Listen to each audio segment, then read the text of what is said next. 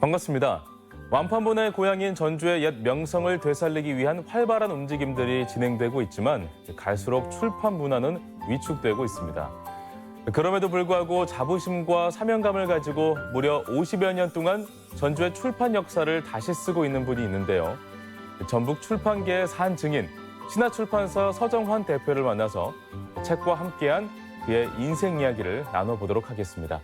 안녕하십니까? 예, 반갑습니다. 네, 반갑습니다. 네, 오늘 잘 오셨습니다. 네. 예.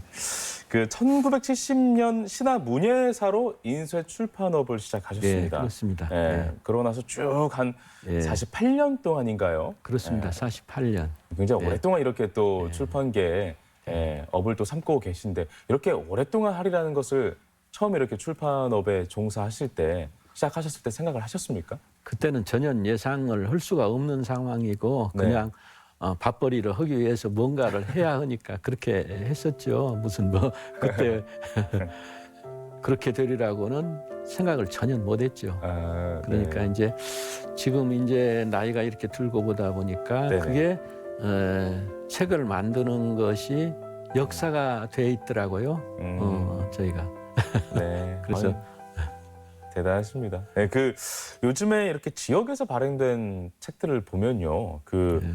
대부분이 신화출판사에서 출판한 책들이더라고요. 네. 예.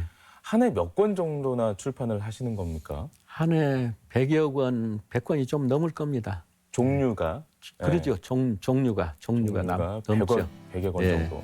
뭐 시집, 소설집, 수필집, 뭐 기타 등등 해서 하다 보면 네. 거의 뭐 어떤 경우에는 한 달에 40 종류가 나오는 경우도 있습니다. 그래요? 예. 상당한 그 숫자인 것 같은데 예. 다른 지역 뭐 출판사라든지 서울에 있는 출판사랑 비교해서도 상당한 그러죠. 권수죠? 네. 서울 같은 데를 중심으로 해도 거기에 그래도 순위 안에 들어갈 정도는 됩니다. 네. 예. 신화출판사, 신화문예사를 네. 여기 설립을 하게 되시는데요. 예. 그 상황에 어떻게 이렇게 이런 출판업, 인쇄업을 이렇게 설립하게 된 계기가 있습니까? 그러니까 이제 제가 신문 배달을 하고 또 신문사에 기자라든가 뭐 이런 것들도 좀 하고 뭐 쓰고 하다고 했는데 네네. 실제로 그때 당시만 하더라도 봉급이 없는 그런 지방 네. 이제 중앙 일간지지만은 월급이 없었죠 그때는. 아, 그래요? 예, 월급이 없었고 자본이 없으니까 프린트라고 해서 그걸 지금은 요즘엔 잘 이해를 못하지만은 네. 그 글씨를 써가지고 그걸 이제 등사라고 하는 롤러로 이렇게 잉크를 묻혀서 하면은 네네. 나오는 그런 것들을 시작했습니다. 그걸로.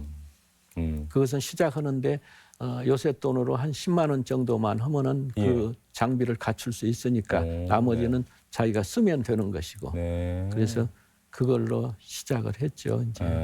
그러다가 이제 출판업에 관심을 갖게 되는데 어떠한 계기가 있어서 그렇게 하신 겁니까? 인쇄업 이런 것들을 하다 보니까 자연스럽게 완판본의 고장이라고 하는 것을 알게 되고 네. 또 그때만 하더라도 거의 완판본이라고 하는 것을 인식을 못했죠 일반인들이. 네. 그런데 조금은 그것을 좀 우리가 좀 되살려야 되지 않겠나. 명맥을 이어가고 싶다. 그러죠. 네. 그래서 저는 완판본을 정말 우리 서민들을 일깨우는 가장 문화 혁명을 일으킨 물론 세종대왕께서 한글을 반포하셔가지고 그것이 그 원인이 되지만은 그래도 실제로 우리가 서민들이 머리를 일깨우게 된 것은 그 완판본이 아니었나 그런 생각을 해서 그렇다고 그러면은 전주가 중심이 돼야 하지 않겠나. 이제 그런 생각이 일을 하면서 이제 들었죠. 그래서 그런 원대한 포부를 가지고 그 출판업계에 이제 뛰어들게 되셨는데요. 그 1984년에 이렇게 출판 네, 그렇습니다. 예. 사가 이제 탄생을 하게 됩니다. 사실 그 지역에서 이렇게 출판사를 운영한다는 게 참 쉽지가 않았을 텐데 원대한 포부를 갖고 출발했지만 초반엔 좀 고전도 있었을 것 같아요. 당연히 고전할 수밖에 없죠. 네. 뭐 뜻을 가지고 있는다고 해서 그게 그냥 그대로 뭐 이루어지는 것이 아니지 않습니까? 이제 어려움도 많고 네. 또 책을 낸다고 그리고 우리 이제 책을 낼 만한 사람들 그래도 그래도 지식 계급 아니겠습니까? 뭐 교수님이라든가 예. 또는 뭐 이제 그 문학을 하는 분들은 다 그래도 높은 수준에 계신 분들이 지방에서 책을 낸다고 그러면 지방 출판사에서 낸다고 그러면은 어쩐지 그 내용 자체까지 좀 폄하된 그런 인식을 가지고 있어요. 그래가지고 그것을 불식시키는데 그것이 한 20-30년 걸린다고 그렇게 생각이 되더라고요. 상당히 오랜 시간이 걸리네요. 그 인식 하나를 바꾸는 게. 네. 그런 어려운 속에서도 1986년에 처음으로 이 시나 문예를 출간하게 됩니다. 예. 네. 그때 기억이 아주 생생할 것 같은데요. 그렇죠. 네. 80년대만 하더라도 그 이전부터서 실제로는 잡지를 그 등록제라고 돼 있지만은 예. 등록 신청하면은 무조건 반려가 됐어요. 허가를 잘 안 내주는군요. 그러니까요. 결국 허가제인 셈이었죠. 그래서 네. 그때 당시만 하더라도 이제 그렇게 되다 보니까 우리 지방에 있는 문인들이 발표할 지면이 없었어요. 아하. 잡지가 그렇게 한정이 되니까 유통할 수 있는 창구가 없었죠. 그래서 이제 하다 못해서 무쿠지라고 해서 이제 그 단행본 내는 것처럼 이렇게 무쿠지로 내면은 그것은 이제 규제가 없어요. 예. 없기 때문에 그래서 이제 우리 전라북도에 있는 문인들 또는 뭐 이제 등단하는 사람, 등단 안 하는 사람 그것도 조금 이제 모순이죠. 실제로는 글을 쓰면은 그게 문인이고 그렇죠. 뭐 시인이고 소설가고 그러는 것인데 뭐 특정 계급이 있는 건 아니지 않습니까? 그러죠. 네. 그런데 우리나라는 일본도 이제 그런 경향이 있습니다만 그 등단이라고 하는 그런 제도가 있어가지고 예. 무슨 운전면허 뭐 자격증도 아니고 자격증처럼 그렇죠? 그렇게 통용이 돼가지고 등단한 사람이라야 중앙 잡지에 이렇게 예. 발표를 할 수 있고 그것도 서울 오르락 내리락 하면서 밥도 사고 술도 사고 더러 이제 그쪽에 잡지사 편집진하고 또 좀 친해야 1년에 한 번이라도 발표를 할 수 있는 그런 상황이었죠 그때는. 그런 시절이었군요. 예. 당시에는. 그래서 예. 제가 그것은 말이 안 되지 않냐 해서 신화문예라고 해서 예. 그것을 하여간 등단한 사람이나 아닌 사람이나 글을 쓴 사람들은 원고를 보내라 해서 예. 이제 그것을 그냥 만들어 가지고 다 나누어주고 다른 데도 이렇게 보내고 네. 필자들한테도 보내고 그래서 3번 만들었습니다. 그걸. 글 쓰는 사람들에게는 우리 대표님이 표현의 해방구였겠네요, 당시에. 그래서 어쨌든 네. 그것은 제가 조금 기여를 했다고 생각을 합니다. 그렇게 하고. 네. 그러다가 이제 1990년 소년 문학이라는 문예지가 또 나옵니다. 그러니까 이제 네. 그때만 하더라도 이제 전두환 정권, 이제 노태우 정권으로 넘어가면서 그때 이제 6.29 선언이라고 하는 그 네. 이제 선언을 하면서 등록이 자유화됐습니다. 그래서 그렇다고 그러면은 자유화된다고 그러면 한번 하자고 그래서 90년대에 이제 그때 그러니까 막 소년 문학이라고 하는 것을 네. 어렸을 때 그 인성 교육은 그 잡지가 최고다. 그런 생각, 글 쓰는 것이 최고다 해서 그것을 만들었죠. 그래서 전국에 있는 학교에다가 15,000부를 발행해서 전국에 있는 학교 네. 그 주소를 이제 다 이제 알아가서 네. 그걸 보냈는데 네. 그때 이제 컴퓨터가 막 보고 많이 되고 텔레비전 나오고 게임기 나오고 뭐도 그러다 보니까 맞아요. 네. 애들들이 책을 안 읽어요. 안 읽어.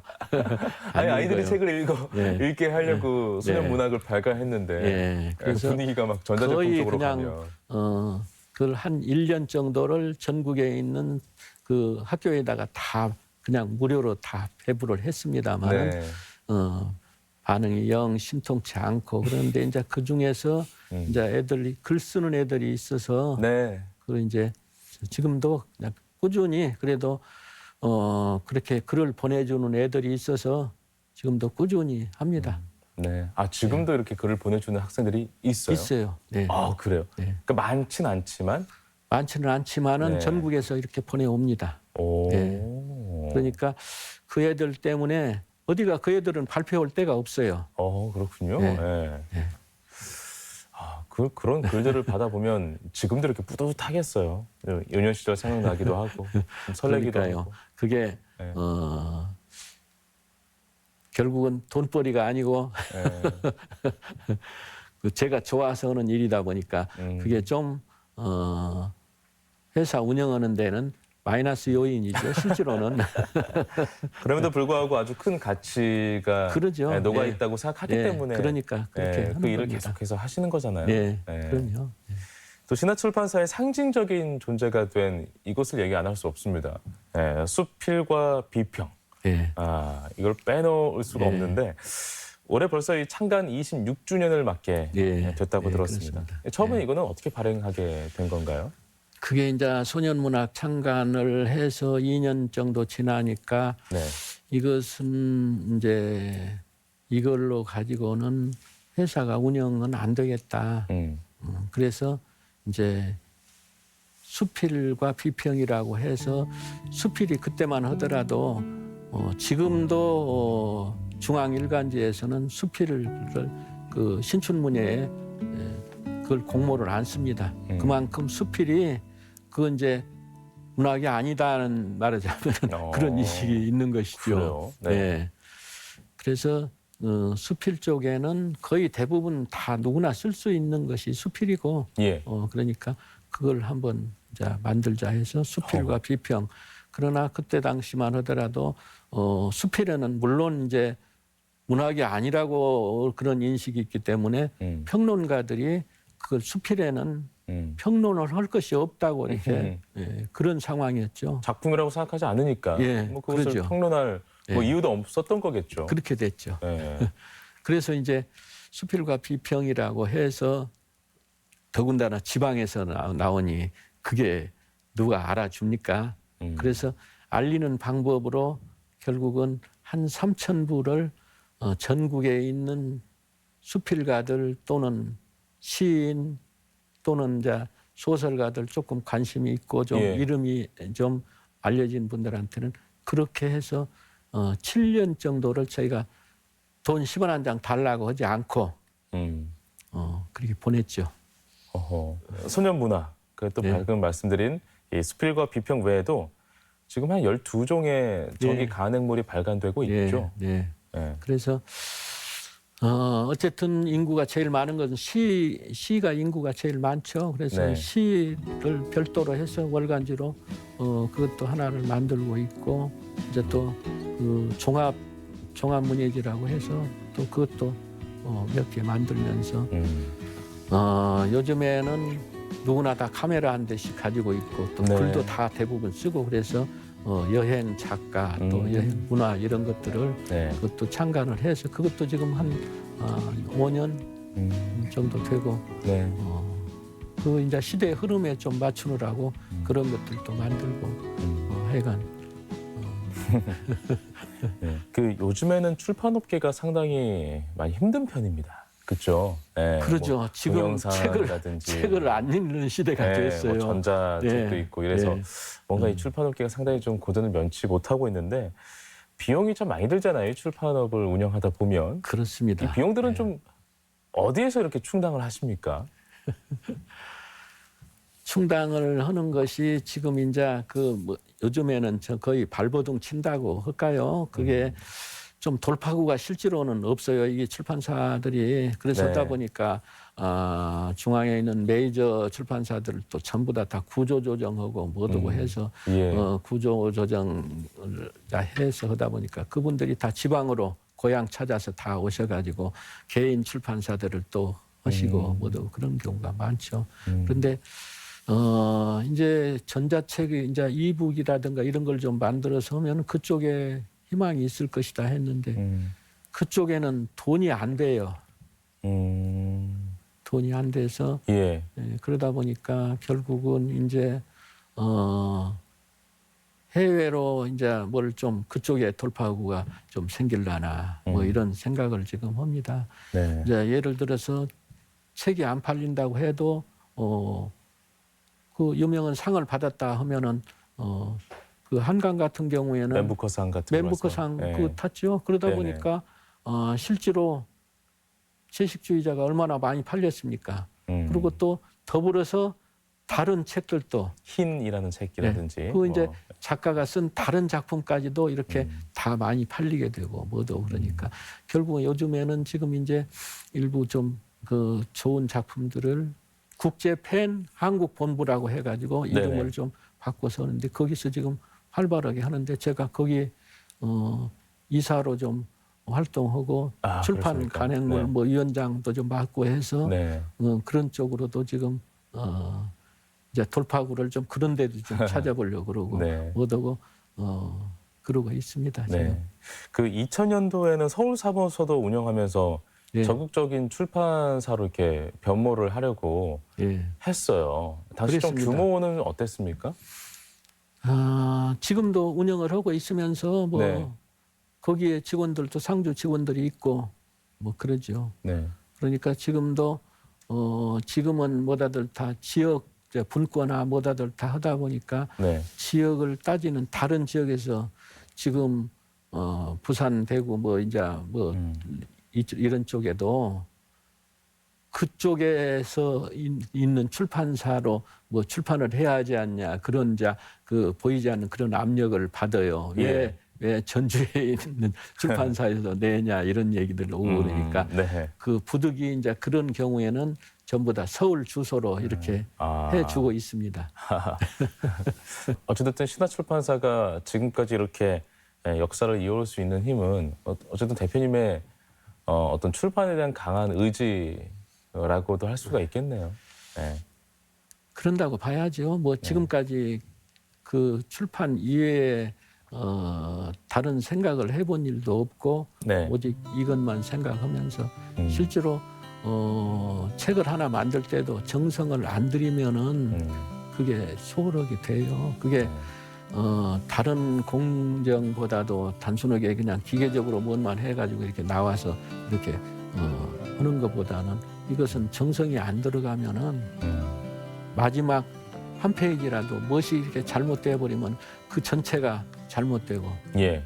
그러니까 정성을 쏟아야 되고 네. 그래서 늘 현역으로 지금도 하고 있습니다. 네. 그렇지 않으면은 조금만 소홀히 해도 그 뭔가 잘못되고 오자 탈자 나오는 것들도 그렇게 하다 보면 몇 번씩 교정 봐도 그건 정말 팔자에 귀신 붙었다고 할 정도로 그게 나옵니다. 네. 그 2015년부터는 신화문예대학이 예. 문을 열고 또 예. 뛰어난 그 작가 발굴도 하고 있고 예. 물론 이 창작의 영역까지도 아주 활발하게 예. 또 명맥을 이어오고 있는데요. 이 신화문예대학은 어떻게 마련된 곳입니까? 그런데 그게 이제 평생교육원에서 지금 그 다들 가르치고 해서 네. 했잖아요. 그런데 거기에 있는 지도 교수들이 이제 나이가 들다 보니까 결국 거기서 이제 그 정년을 맡게 된 것이죠. 이제 그러다 보니까 그분들이 어디 갈 데가 없죠. 이제. 예. 그래서 그런 분들이 지금 그 평생교육원에서 가르치던 분들을 모셔다가 같이 좀 그러면은 저희가 만들어 놓을 테니까 와서 좀 가르쳐 주시라 해서 그렇게 만들게 된 것이죠. 그래서 이제 그런 것들이 이제 문화살롱이라고 해가지고 예. 대학 교수님들이 주축이 돼서 네. 이제 어떤 전문 분야 있는 분들을 네. 초청해서 그 1시간씩 강의를 듣고 그래서 전북 문화의 전반에 걸쳐서 뭐 이렇게 지금 하고 그러니까 많은 분들이 또 오셔서 네네. 그것도 잘 되고 있습니다. 그것도. 50여 년 동안 그 추진해온 사업들이 사실 굉장히 많아요. 예, 그래서 뭐 일일이 다 열거하기가 어려울 정도인데 그래도 그 중에서 이것만큼은 정말 보람이 있었다 예. 하는 사업은 뭐가 있습니까? 제가 그렇게 수필과 비평 작가 회의를 만들어 가지고 예. 거기는 이제 1년에 2번씩 모임을 갖지 않습니까? 행사를. 거기 이제 문학상도 주고 뭐도 하는데도 그게 400명, 500명씩 모여서 전국에 모여 이제 그 수필가들이 모여서 아무래도 여기 이제 문학기행을 오게 되면은 미륵사지에 대한 이제 작품도 쓰게 되고 네. 광활루면 광활루에 대한 이제 또 뭐 네. 이런 것들을 이제 또 싣게 되고 해서 우리 전국 문화를 저희가 어쨌든 자랑한다고 봐야 되죠. 전국에 네. 있는 작가들을 모셔다가 그리고 본인들도 이제 더 시야가 더 문학 기행을 통해서 또 네네. 하고 그날을 또 이제 행사를 하면서 특강을 해서 그야말로 공부도 하면서 친목도 도모하면서 모두 네. 해가지고 지금 어떤 문학 단체보다도 자율적으로 운영하면서 해가지고 그러니까 그 어떤 보람이라고 그럴까 그런 것을 좀 느낍니다. 네. 전북의 외교관 역할을 또 하고 계시기도 하는 것 같기도 하고요.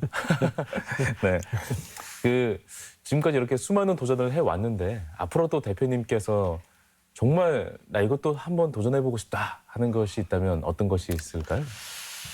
이제 실제로는 꿈은 이제 이 출판 박물관을 좀 만들어서 뭔가 좀 이렇게 좀 완판본처럼 뭐니까 좀 우리가 좀 뭘 좀 남겨야 되지 않냐 하는 생각을 가지고 일부러 이제 저희가 발행한 책이며 또 다른 데서 오는 책이며 이런 것들을 다 이제 보관하고 있고 뭐 다른 것들도 보관을 하고 있습니다만은 실제로 박물관을 만들어서 그게 도움이 안 되는 결국은 그걸 운영할 수 있는 경제적인 뭐가 뒷받침이 돼야 하는데 그게 안 되더라고요. 그게 이제 폐교를 하나 사서 뭘 하려고 계획까지 세우고 뭐도 하다가 보니까 그러고는 지금 조금 주춤거리면서 어쨌든 그 꿈이 좀 이루어져야 하는데. 네. 예. 어느 뭐 구체적인 뭐 이런 계획까지는 만들 수 없겠지만 출판 박물관을 하나 그것은 설립하고 싶다라는 꿈을 포부가 가지고 있네요. 있습니다. 네. 네. 그렇게 해서 우리 전주가 완판본의 고장이 좀 널리 알려졌으면 좋겠는데 좀 당국자들한테 얘기하고 싶은 것은 완판본이라고 그러면 어디에서도 가져갈 수 없는 문화재입니다. 사실상은. 아까도 완판본 얘기 지금 문화혁명을 일으키는 이제 지금 그 시가 됐다고 이렇게 말씀을 드렸는데 네. 그러면 좀 크게 무엇인가를 좀 해야 하는데 그 조그마하게 해놓고 완판본 문화관이다. 또 무슨 뭔 문화관이다. 이렇게 해가지고 하다 보니까 말하자면 존재감이 없잖아요. 네. 제가 지금 늘 하는 얘기가 청주 같은 데는 물론 이제 그 고인쇄 박물관이 돼가지고 지금 이제 국립으로 승격시켜달라고 그러잖아요. 그런데 우리 완판본의 고장인데 실제로는 가서 보면은 완판본 이것이 고장이라 하는 데가 참 대단하구나 하는 그런 느낌을 갖지를 못하니까 그게 조금 안타까워요. 네네. 네. 오늘 서정원 대표님과 함께 이렇게 대화를 나눠봤는데요. 어찌됐든 현대 사회의 이 문화혁명은 우리 대표님을 통해서도 이룩한 게 아닌가도 싶기도 하는 그런 생각이 듭니다. 그런 것은 아니고요. 제가 나름대로 열심히 그런 쪽에 노력을 한 것만은 좀 인정을 받고 싶습니다. 또 많은 작가들의 또 표현의 해방구가 되어주시고 독자들에게도 정말 질 좋은 또 우리 지역의 이야기들 또 전해줄 수 있는 그 중심에 서는 분이 예, 예. 되었으면 좋겠습니다. 예. 오늘 말씀 고맙습니다. 예, 감사합니다. 예.